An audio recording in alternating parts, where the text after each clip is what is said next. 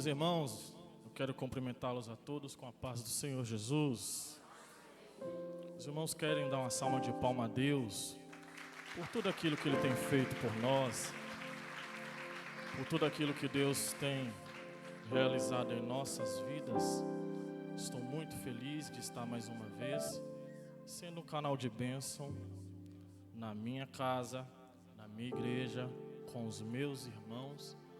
Agradeço aos meus pastores, pastor Servílio, missionária Creuza, aos líderes que me formularam o convite, muito obrigado. Tanta gente boa para estar aqui, tanta gente mais capacitada para Deus usar, mas que bom que de vez em quando Deus quer usar os pequenos, né? Isso é muito bom.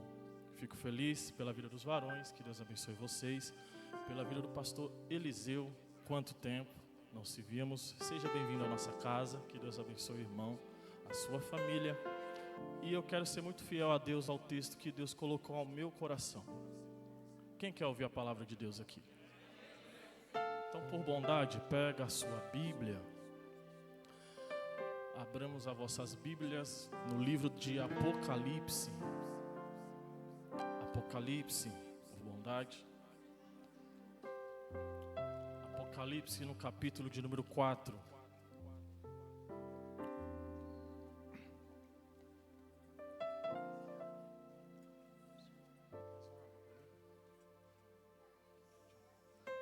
Apocalipse, capítulo de número 4.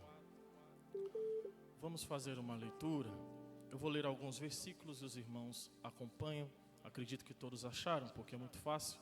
O último livro da Bíblia. Apocalipse, capítulo de número 4. Depois destas coisas,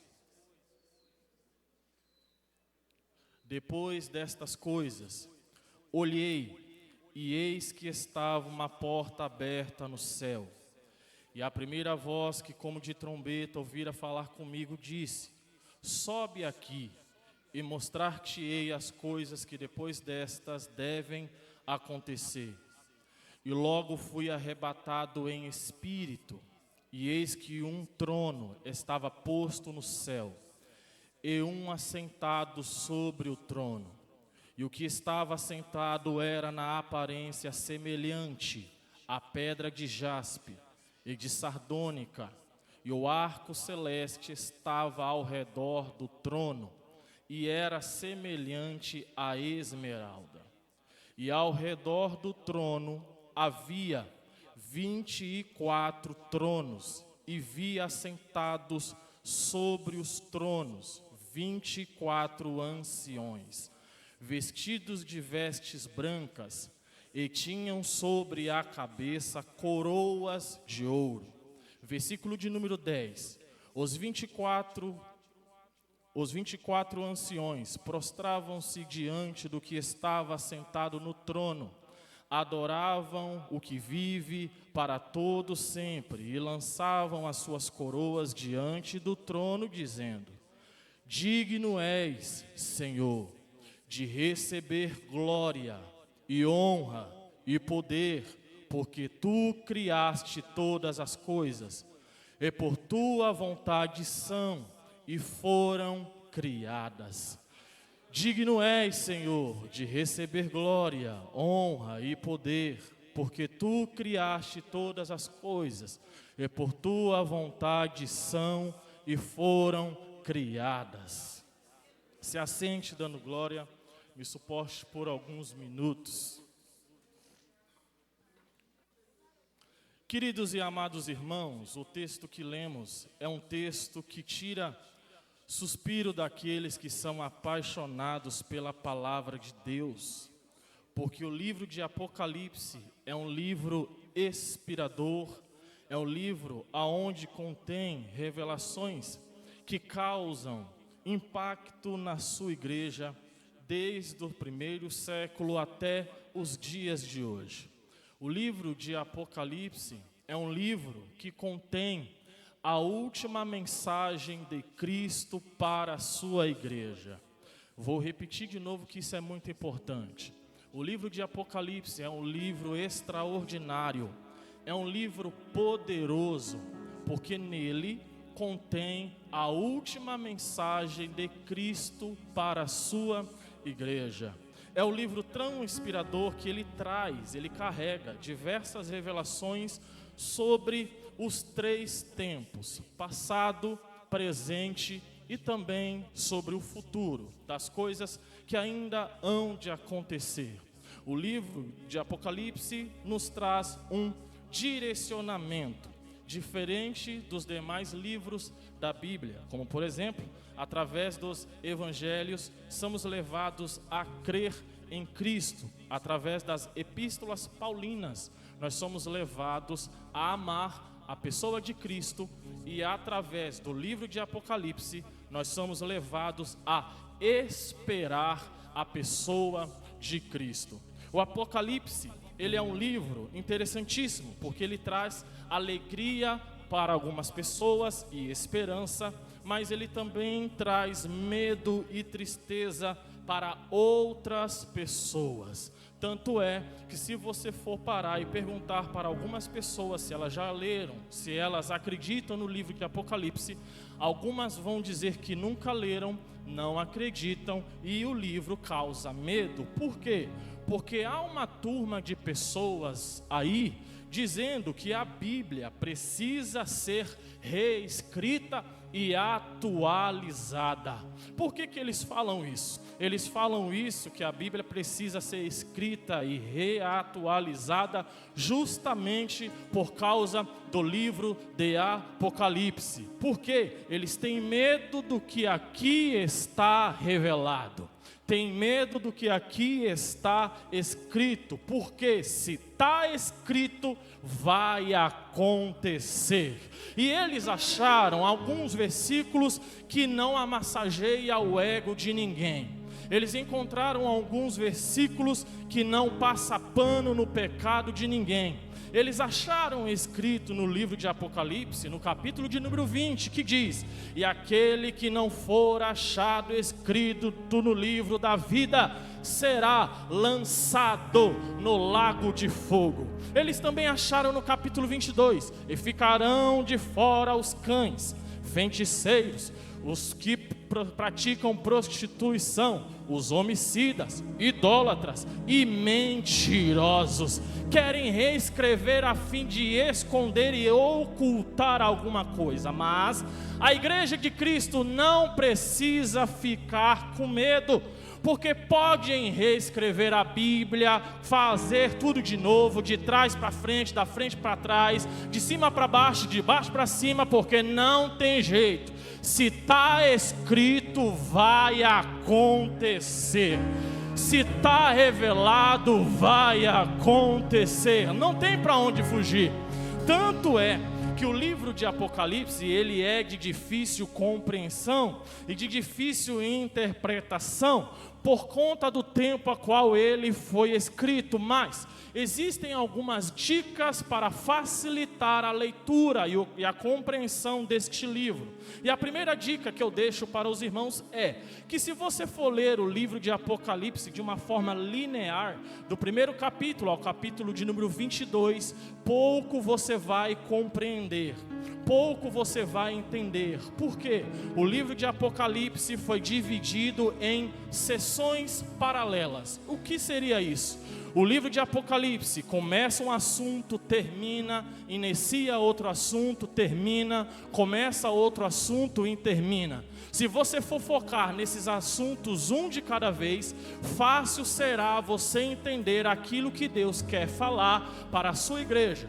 E são 7 sessões paralelas, e eu vou ditar aos irmãos. A primeira sessão que encontramos, ou o primeiro assunto que achamos no livro de Apocalipse, é o capítulo de número 1 ao capítulo de número 3, aonde trata sobre os 7 castiçais e as 7 cartas destinadas para 7 igrejas da Ásia, que atualmente hoje é na Turquia. A segunda sessão, ou segundo assunto, é do capítulo 4 ao capítulo de número 7, que trata sobre o trono de Deus e os 7 selos, que é a história da igreja. A terceira sessão, ou terceiro assunto, é do capítulo 8 ao capítulo de número 11, que é as 7 trombetas de Deus. A quarta sessão, ou quarto assunto, é do capítulo 12 ao capítulo de número 14, que fala sobre o quarteto do mal que vai se levantar. Quem são esses? O dragão, a besta do mar, que é o anticristo, a besta da terra, que é o falso profeta, e a grande tribulação. O quinto assunto é do capítulo 15 ao 16, que fala sobre as 7 taças da ira de Deus. A sexta sessão, ou sexto assunto, é do capítulo 17 ao capítulo 19, que fala sobre a queda do quarteto do mal de trás para frente, do sentido inverso. Primeiro cai a grande Babilônia, segundo cai o falso profeta, terceiro cai o anticristo, depois vai cair o dragão, que é Satanás. Eles caem por quê? Porque um se levantará, e esse um que se levantará é mais poderoso do que os 4 juntos, e ele se levantará para defender a igreja em Cristo. E quem é que vai se levantar? Capítulo 19, eu vou fazer questão de ler. Capítulo de número 19, verso de número 11. Quem é que vai se levantar para defender a igreja?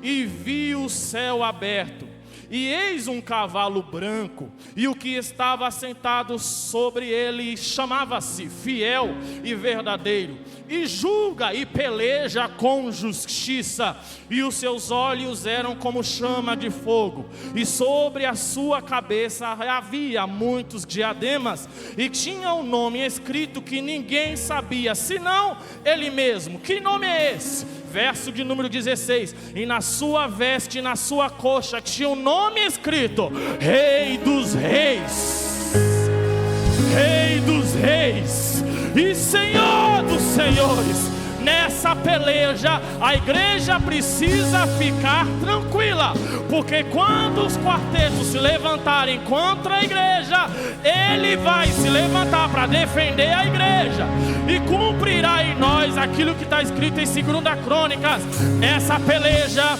não tereis que pelejar, parai, está em pé, e vedes o livramento que virá do Senhor.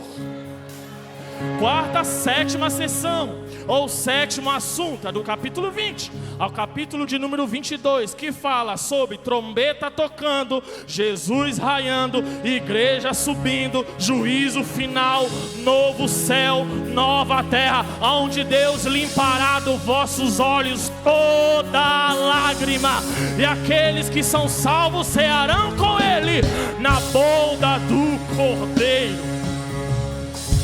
Esse é o primeiro princípio para entendermos o livro de Apocalipse. Outra coisa que devemos tomar muito atenção é que o livro de Apocalipse, o número 7 é muito importante. Por 16 vezes, 7 coisas, 7 vezes aparece, 7 estrelas, 7 cartiçais de ouro, 7 lâmpadas de fogo, 7 Espíritos de Deus, 7 selos, 7 olhos, 7 anjos, 7 trombetas, 7 trovões, 7.000 homens, 7 cabeças, 7 diamantes, 7 últimas pragas, 7 montes, 7 reis. Por isso e por outras razões que o livro de Apocalipse é tão difícil de ser interpretado, mas tem coisas do livro do Apocalipse que não dá para mexer.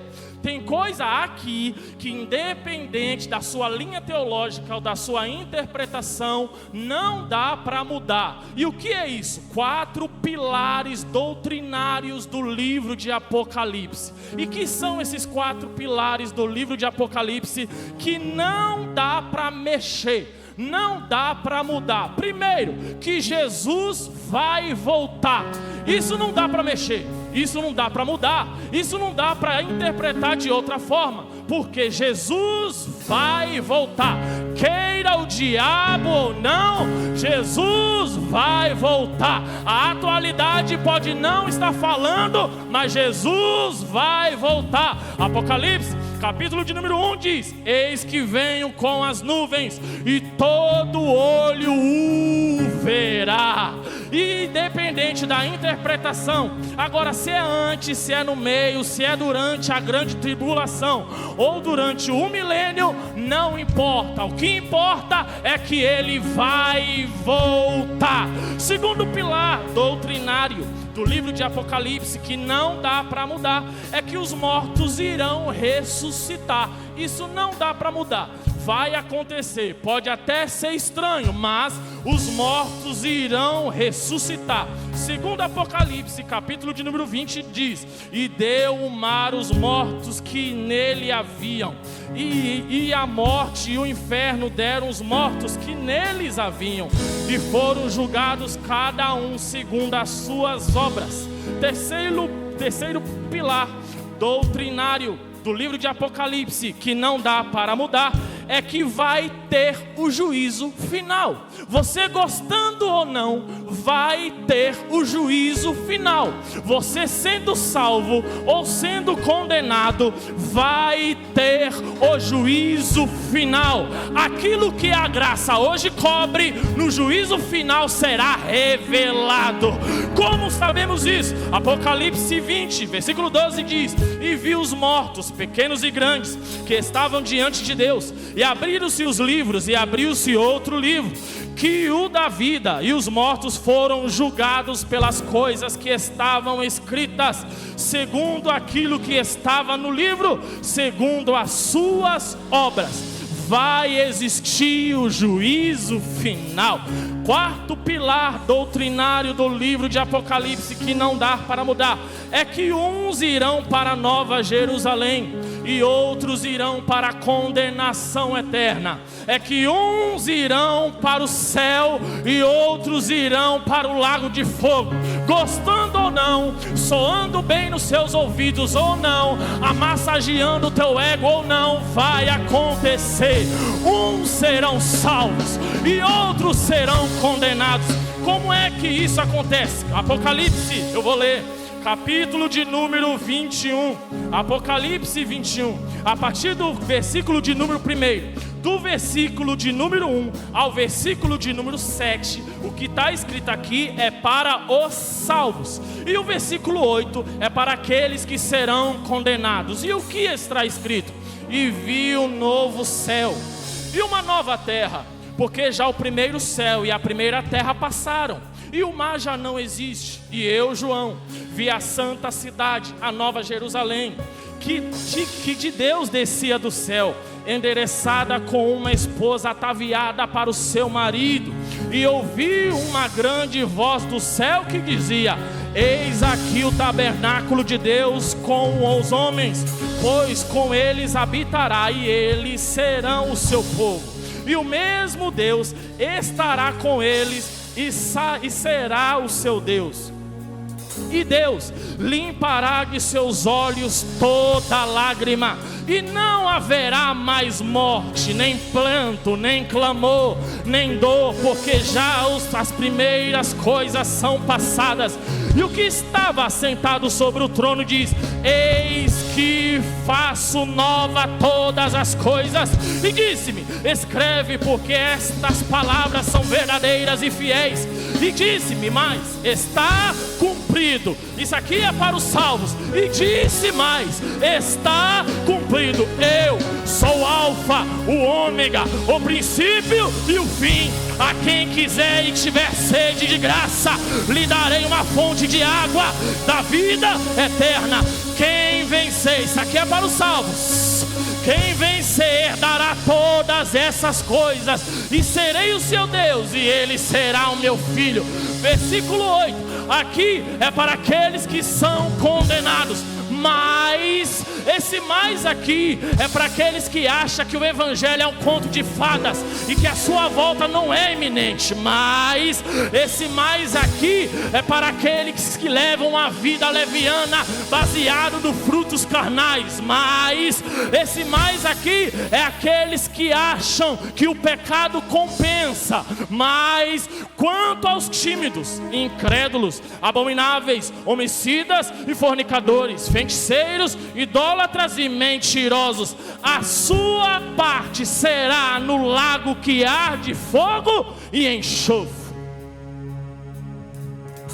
Eu sei, é difícil dar glória, mas segura.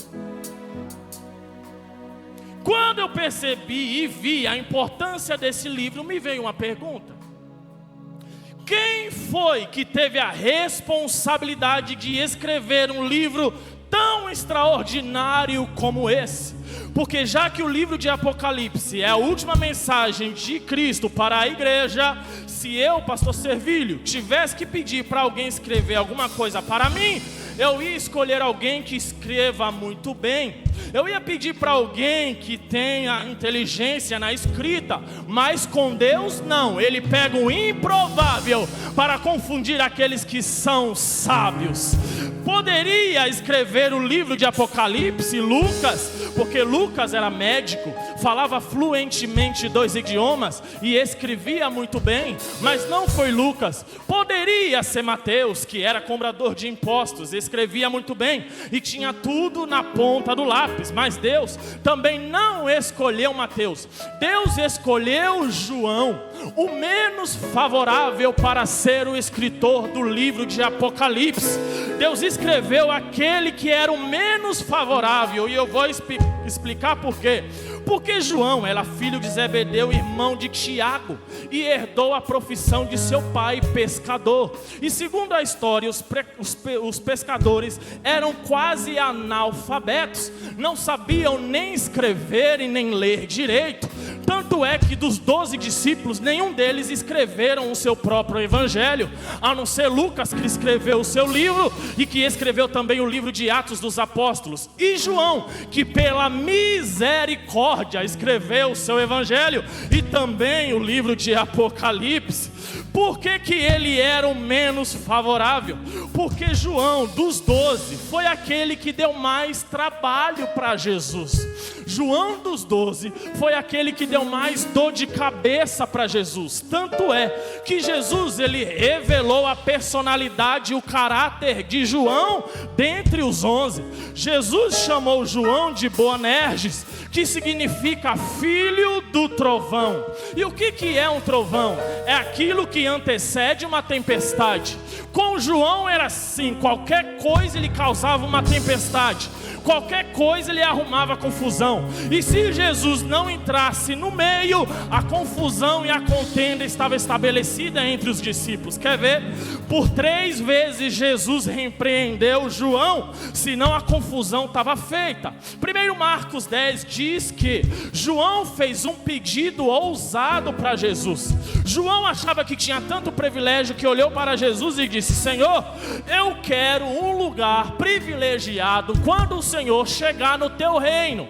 Eu desejo sentar à tua direita. O texto diz que os discípulos, ouvindo isso, iraram-se contra João. Olha a tempestade se formando. Jesus repreendeu João, olhando para ele, dizendo: João, você não tem ideia do pedido que você está me pedindo, pois quem vai sentar à minha direita não diz respeito a mim, mas ao Pai que está no céu.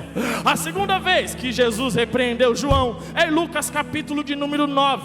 João diz: Senhor, eu vi um homem expulsando demônios usando o teu nome, e eu proíbe ele de expulsar demônio usando o teu nome, porque ele não anda conosco, ele não é teu discípulo, ele não é da nossa equipe, ele não colabora conosco. Jesus olhou para João e disse: que tipo de exclusividade é essa que você acha que tem? Por que que você proibiu um homem de expulsar o demônio usando meu nome? Nunca mais proíba ninguém de expulsar o demônio da vida de alguém usando o meu nome, porque quem não é contra nós é por nós. Sabe o que Jesus estava falando para João? João, tu acha que só você vai ter poder de libertar a vida de alguém usando meu nome? Você acha que só você vai ter autoridade para dizer para o diabo bater em retirada? Porque no final dos tempos eu vou distribuir poder para que a minha igreja pise, oh glória, pise, oh glória. Eis que vos dou poder para pisar serpentes e escorpiões. Não é só você, João, que tem essa exclusividade. Terceira vez que Jesus repreende João, em Lucas capítulo 9 também, versículo 51. Eles entraram em uma aldeia e os samaritanos não quiseram receber Jesus. João, que era a tempestade dos 12, foi para Jesus e disse: Jesus, eu posso, o Senhor me concede fazer a oração de Elias para que caia fogo do céu e mate toda essa raça de samaritanos. Jesus olhou para ele repreendendo e disse: não, João, não é assim que funciona, porque o Filho do Homem não veio para destruir as almas, mas eu vim para salvá-las. Eu vim para salvá-las. Agora, sabendo de tudo isso, o que me chama a atenção? Por que João, com tudo isso, ele foi escolhido para escrever o livro de Apocalipse? Por que ele foi escolhido? A única coisa que eu achei diferente em João é que João dos 12, ele almejava, ele buscava, ele fazia por onde ter intimidade com Jesus. João, ele fazia de tudo para ter intimidade. Sendo assim, Deus só revela o oculto e o escondido para aqueles que têm intimidade com Ele. João tinha tanta intimidade que Deus preservou João até o fim. Deus não permitiu que ninguém matasse e tirasse a vida de João. Dos 12, 10 morreram cruelmente por amor da palavra, exceto Judas, que se matou, e exceto João, que prevaleceu vivo até o fim. Como por exemplo, Pedro, crucificado de cabeça para baixo. André, crucificado na cruz grega, uma cruz em forma de X. Filipe foi enforcado. Bartolomeu, colocado vivo em um saco e lançado ao mar. Mateus pela espada. Tomé pela lança. Tiago decapitado. Já João morreu com quase 100 anos em Éfeso, de morte natural. João, ele ultrapassou o nível de intimidade, sendo mais íntimo, sendo mais chegado, sendo mais amado por Jesus. Tanto é que João tinha tanta intimidade que em seu livro nós encontramos 5 milagres que os demais não escreveram. João tinha tanta intimidade que foi ele que escreveu que Jesus transformou a água em vinho. João tinha tanta intimidade que foi ele quem escreveu da cura do paralítico em Betesda. Foi ele quem escreveu sobre a cura do cego de nascença. Foi ele quem escreveu. Se ele não tivesse escrito, nós não saberíamos que depois de 4 dias Jesus chegou na porta do túmulo e disse: Lázaro, vem para fora. Lázaro, vem para fora. João, ele tinha tanta intimidade que ele foi o primeiro na manhã de domingo chegar na tumba e encontrar a tumba vazia. João foi o primeiro a ver dos discípulos que Jesus não estava mais lá, e apesar disso ele saiu correndo para avisar os demais discípulos. Agora imagina João correndo e dizendo: gente, é verdade, ele tinha razão. O que tinha razão, João? O mestre, ele não mentiu. Valeu a pena eu investir a minha intimidade em Jesus. Por que, João? Porque ele morreu na sexta, ficou no sábado, mas no domingo pela madrugada ele ressuscitou. Quem crê? A intimidade faz a diferença. Deixa eu ver se tem algum crente aqui que preza por essa intimidade. Deixa eu ver se tem algum salvo aqui que deseja, anseia essa intimidade. Levanta a mão para adorar aí.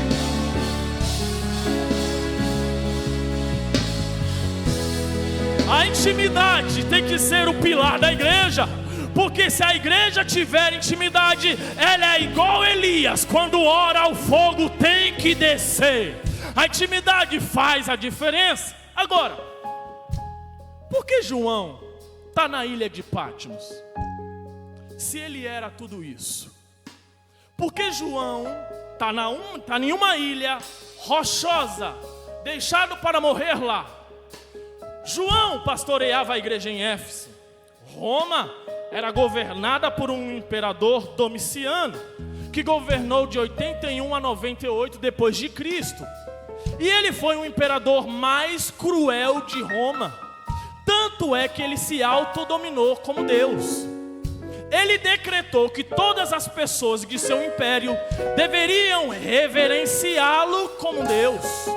As pessoas da rua andavam e diziam que Domiciano era o rei, era o Deus. Mas o problema é que as 7 igrejas foram contra aquilo que ele estava dizendo. As 7 igrejas da Ásia não aceitaram. Sendo assim, Domiciano começou a perseguir a igreja de uma forma tão cruel que muita gente morreu. Mas o problema é que quanto mais ele perseguia, mais a igreja crescia. Quanto mais ele perseguia, mais a igreja prosperava. Chegou alguém e disse para ele: olha, sabe o que você tem que fazer para parar a igreja? Você tem que matar João. Por que eu tenho que matar João? Porque João é o único discípulo que está vivo. João, ele pastoreia a igreja em Éfeso, que é como se fosse a sede das 6 igrejas.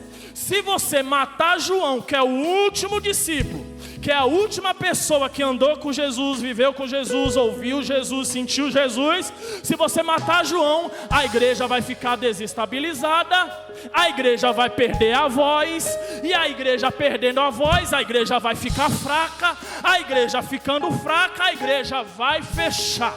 Domiciano aceitou a proposta e diz: vai buscar esse João, eu vou matar João, eu vou destruir João, que acaba com meus problemas. A história diz que esquentaram um tacho de óleo fervendo e jogaram João dentro. João, do mesmo jeito que entrou, saiu. Ele não morreu, o óleo não derreteu a sua pele, ele não pereceu, porque Deus estava com ele, porque o pai da igreja estava com ele. Sendo assim, há muita importância na intimidade, porque aqueles que têm a intimidade com o dono da igreja, não significa que não vai passar por tribulações, mas significa que o dono da igreja vai permanecer com a igreja até o final dela. Até o final dela. Como ele não conseguiu matar João, ele teve outra ideia. Existia uma ilha, a ilha de Patmos, ficava a 86 quilômetros do lado oeste de Éfeso. E ele diz: olha, faz o seguinte, já que essa ilha de Patmos é onde ficam os homens mais perigosos, coloque João no barco e jogue João lá, para que ele fique isolado e para que lá ele morra. Ele ficando lá, não vai ter pastor para falar com a igreja, não vai ter líder para falar com a igreja, e o resultado vai ser o mesmo. Pegaram, jogaram João lá, a fim de calar a voz do pastor João, a fim de desestabilizar a igreja. Mas o livro diz que quando a porta dos homens fechou para João, na ilha de Patmos, o céu se abriu para ele. O céu se abriu para ele. E resumindo, no capítulo 1 nós vemos João tendo uma visão sobre Cristo glorificado. Isso significa que João viu Cristo do jeito que a igreja irá ver. E ele detalha no livro de Apocalipse: vestido até os pés de uma veste comprida e cingida pelo peito de um cinto de ouro, os cabelos brancos como a neve, olhos como chama de fogo, pés como latão reluzente, voz como o som de muitas águas. Da sua boca sai uma espada de 2 gumes, o seu rosto como a força do sol do meio-dia. João, ele vê Cristo glorificado, e ele detalha para que eu e você tivéssemos mais desejos do céu. No capítulo de número 2 e capítulo de número 3, nós vemos as cartas que foram direcionadas direcionadas para as igrejas da Ásia, simbolizando que se o domiciliano não conseguiu para a igreja, não tem problema. O dono da igreja arruma outra estratégia, mas não para de falar com a igreja. Pode se levantar o que for, mas a igreja vai conseguir seguir triunfante. E olhando isso, no capítulo de número 4, aonde nós lemos, é a porta das revelações. E entendendo o capítulo 4, você entende o resto do livro. Porque João, no capítulo de número 4, ele fica na sala de comando do universo. Ele vê Deus assentado no trono, comandando tudo e todos. O trono é muito importante, porque é do trono que sai todos os comandos de Deus para o universo. É daqui que nós encontramos algumas respostas para algumas coisas, inclusive para uma pergunta que todos aqui estão, quando passa pelo vale, pela prova, pela tribulação, fazem uma pergunta, e a pergunta é: aonde é que está Deus? Aonde é que está Deus que não vê essa situação? Aonde é que está Deus que não muda o meu cativeiro? Aonde é que está Deus que não expulsa essa enfermidade? Aonde é que está Deus que não entra na minha casa? No livro de Apocalipse está a resposta. Deus está no trono, e do trono Ele manda o comando da tua vitória. É sabendo disso que nós entendemos aonde estava Deus quando o mar vermelho estava fechado. Ele estava no trono, e do trono Ele abriu o mar vermelho para o seu povo passar. Aonde é que estava Deus quando lançaram Daniel na cova? Ele estava no trono, e do trono Ele fechou a boca dos leões. Aonde é que estava Deus quando jogaram os jovens na fornalha ardente? É simples, Deus estava no trono, e do trono Ele deu o livramento. Ei, isso aqui é uma resposta para alguém aqui. Aonde é que está Deus que não enxerga essa enfermidade? Deus está no trono, e no momento oportuno Ele vai entregar o livramento. Aonde é que está Deus que não enxerga o meu marido, meu filho e minha filha? Deus está no trono, e do trono não é o teu problema que vai tirar Deus do trono, mas o teu problema vai tirar a solução de dentro dele. Oh glória, oh aleluia. Essa presença que nós estamos aqui é o Espírito Santo sobre nós, mas Ele está no trono, ouvindo e observando o seu culto de adoração. Escute, essa palavra trono, escute bem isso. Essa palavra trono era tão importante na Bíblia que ela aparece 62 vezes na Bíblia. A palavra trono é tão importante que dessas 62 vezes, 47 vezes aparece só no livro de Apocalipse. Dessas 47 vezes que o trono aparece no Apocalipse, 3 vezes são tronos atribuídas ao diabo: trono da besta, trono do anticristo e o trono do falso profeta. A palavra trono é tão importante que dessas 47 vezes, 14 vezes o trono aparece no capítulo de número 4. 14 vezes. Então, o trono é algo muito especial. O trono é algo muito poderoso.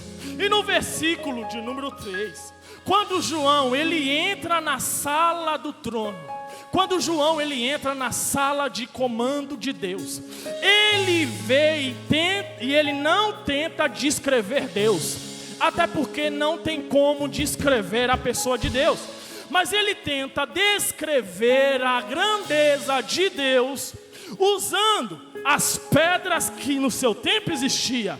Ele diz que o trono de Deus é semelhante a jaspe, sardônica e esmeralda. O que é jaspe? É uma pedra translúcida. O que é sardônica? É uma pedra avermelhada. E o que é esmeralda? É uma pedra esverdeada. E ele diz que o trono de Deus estava lá, e tinha um que estava sentado no trono. Ele tenta descrever a grandeza de Deus, e só sobre isso que ele descreve, já dá para ver que o trono é tão lindo, o trono é tão magnífico, o trono tem um esplendor tão grande, que ninguém além da igreja vai ter o privilégio de ver esse trono. Ninguém além dos salvos vai ter o privilégio além de ver esse trono. E Deus está no trono. Ele está vendo de longe, ele vê o trono. E tem outra coisa que chama a atenção de João. Ele vê que o trono de Deus não está sozinho. Ao redor do trono, ele vê 24 tronos menores. Ele vê 24 troninhos, digamos assim. E os tronos não estão vazios. Assentados no trono tem 24 anciões.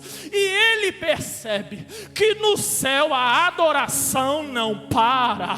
No céu a adoração não cessa.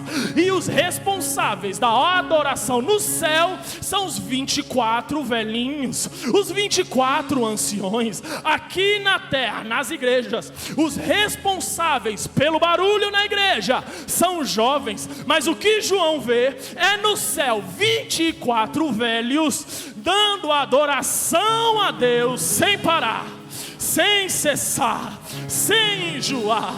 Como o livro de Apocalipse é um livro muito difícil de ser interpretado, há uma tese e eu faço uma pergunta: quem são os 24 anciões?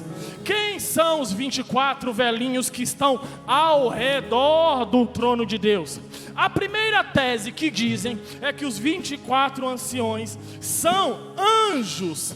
E isso não se aplica no texto. Os 24 anciões não podem ser anjos. Por quê? Porque anjos não aparecem em texto algum usando coroa de ouro.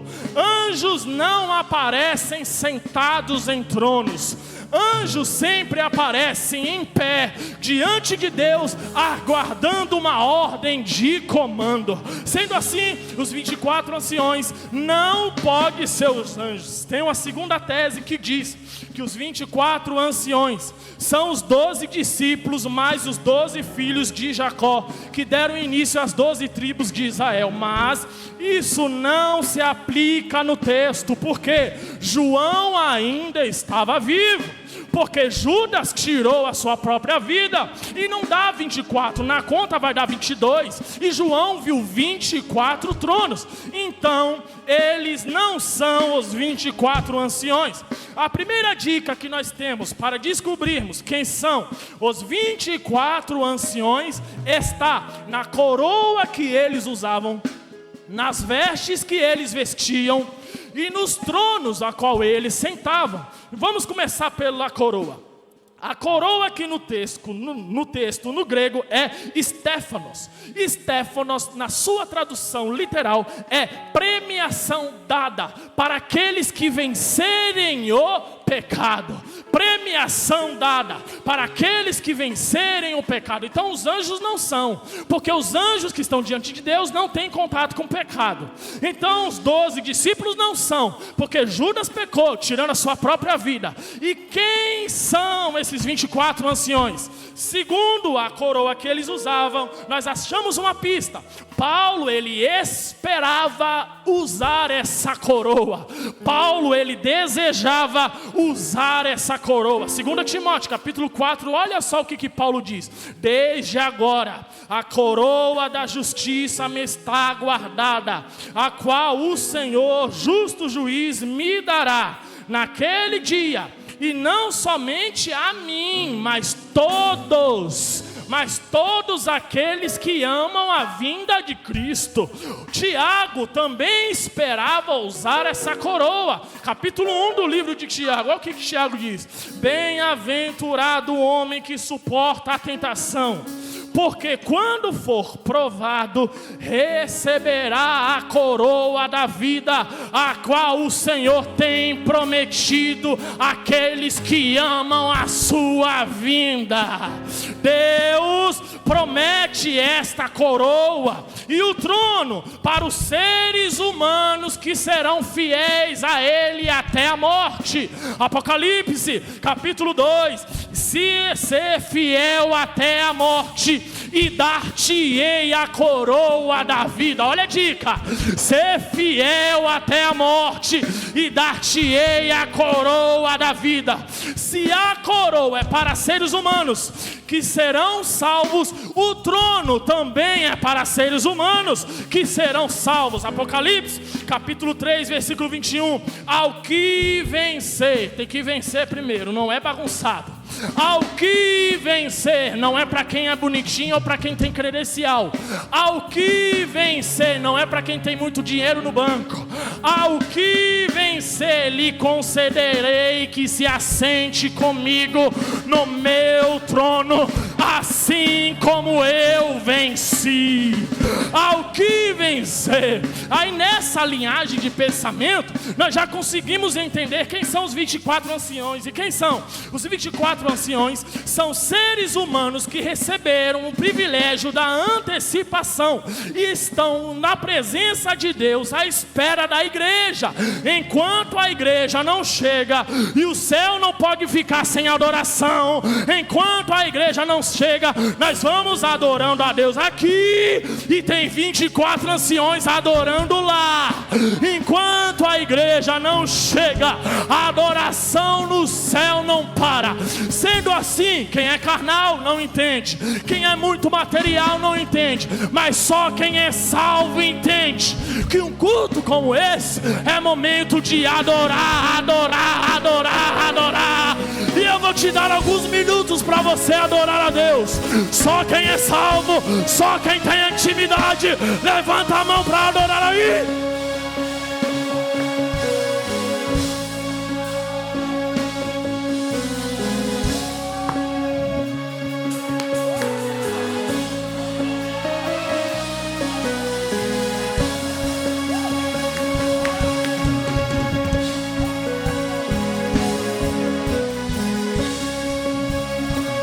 Só quem é salvo entende isso. Momento de adoração. Enquanto você adora aqui, os 24 estão lá, e a presença dele está aqui, realizando um milagre, poder. Quem recebe? Quem recebe, levanta a mão para adorar aí.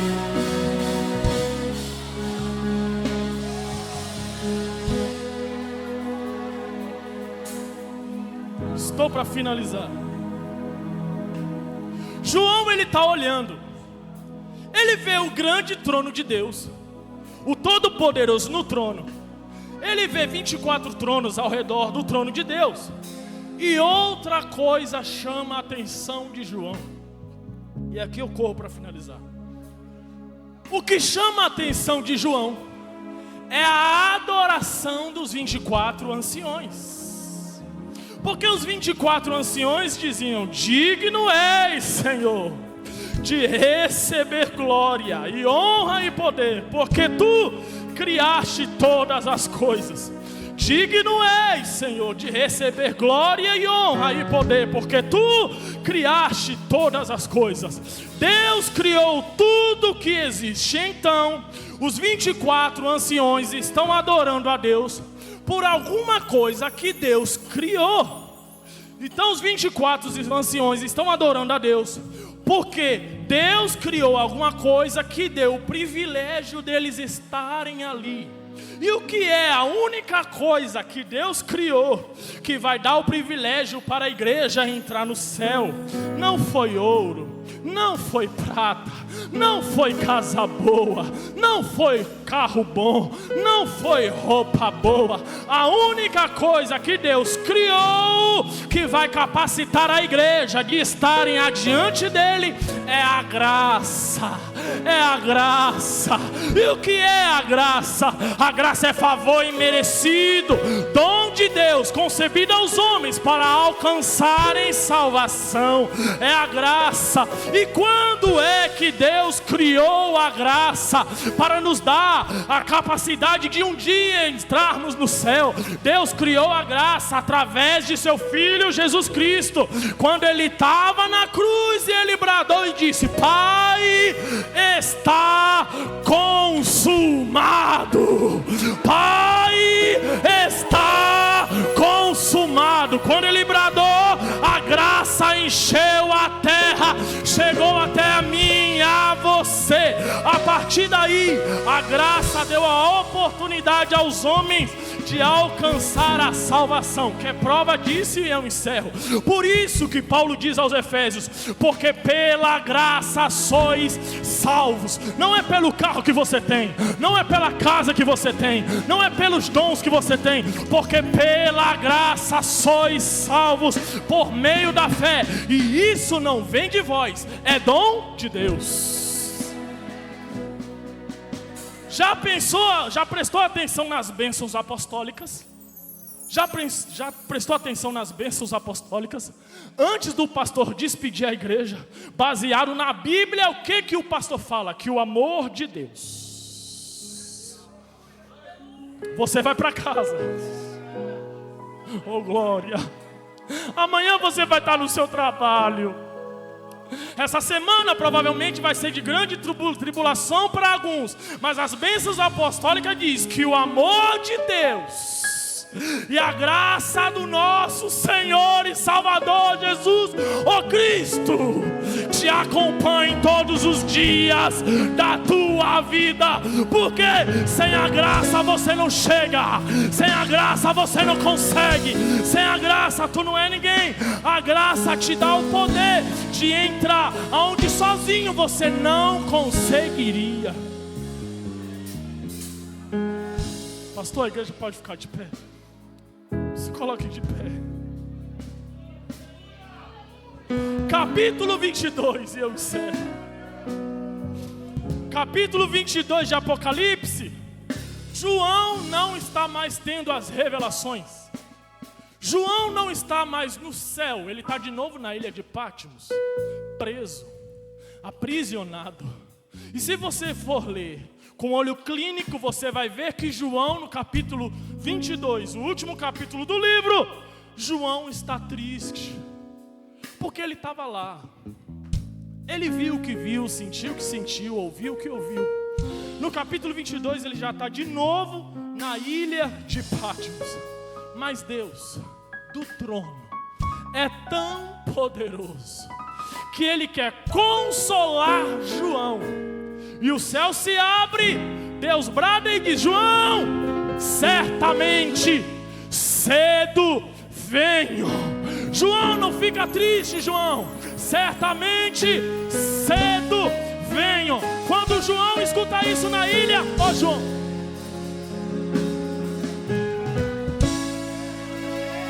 eu conheço essa voz. Alguém aqui mais conhece essa voz? Certamente cedo venho. João não aguenta e diz: amém. Maranata, Maranata, ora vem, Senhor. Maranata, Maranata, ora vem, Senhor Jesus. Eu vou contar de 1 até 3 e você vai repetir isso, amém? Maranata, Maranata, ora vem, Senhor Jesus. Vamos lá? 1, 2, 3.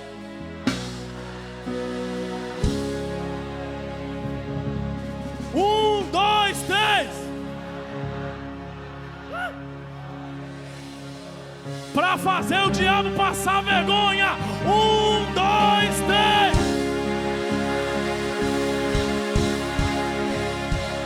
Quem pode glorificar a Deus comigo aí? Levante a mão para adorar.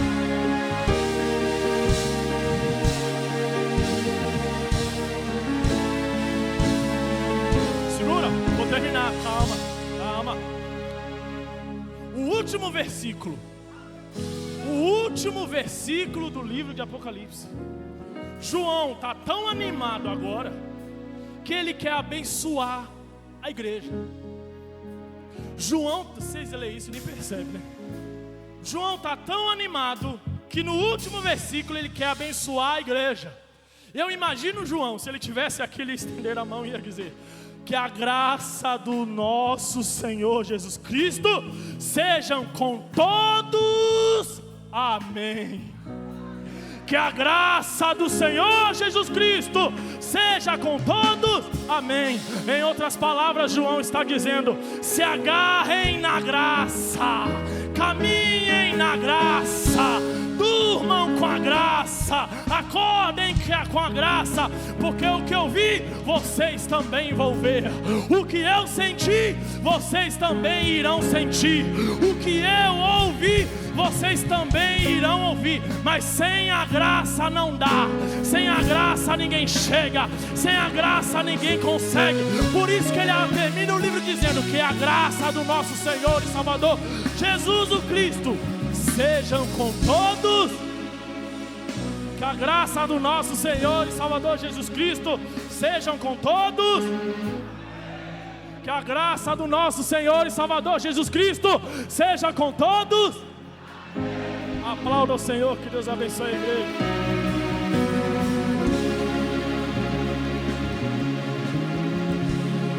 Glória a Deus, aleluia.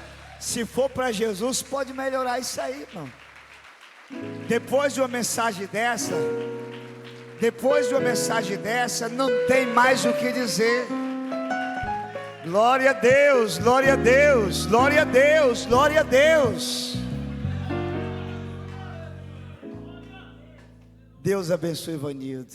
Deus abençoe Ivanildo por esta mensagem. Que a cada dia que passa, Deus está abrindo a mente do Ivanildo, dando inteligência espiritual dentro da sua palavra para pregar a sua palavra. Eu vou cantar um refrão do hino. Os que puderem, os que souberem, me ajudem. E os que não souberem, vamos aprender aqui, para que no próximo culto a gente possa cantar. Pega aí, Rafael, o microfone, o Abraão. Glória a Deus. Depois de um culto desse, irmão, não dá para ficar calado, não. Glória a Deus, nós estamos finalizando. Quer dizer assim, olha: oh meu Deus, que saudade eu sinto do tempo que o Senhor me guardou. É paixão pela tua presença, Senhor. Oh meu Deus, que saudade eu sinto do tempo que o Senhor me guardou. É paixão pela tua presença, Senhor. É paixão pela tua presença, Senhor. É o instinto da alma buscando seu grande amor.